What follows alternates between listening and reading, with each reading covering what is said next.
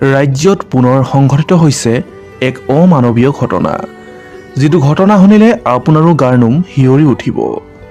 নিজ বোৱাৰীয়েকে শাহুৱেকক কম্বলেৰে মেৰিয়াই মুখত সোপা দি হত্যা কৰিলে। ঘৰুৱা কণ্ডলৰ বাবেই ৰূপ ল'লে এনে এক নৃশংস ভয়ানক হত্যাকাণ্ড। এই ঘটনাটো সংঘটিত হৈছে সৰুক্ষেত্ৰীৰ কমলাবাৰীত।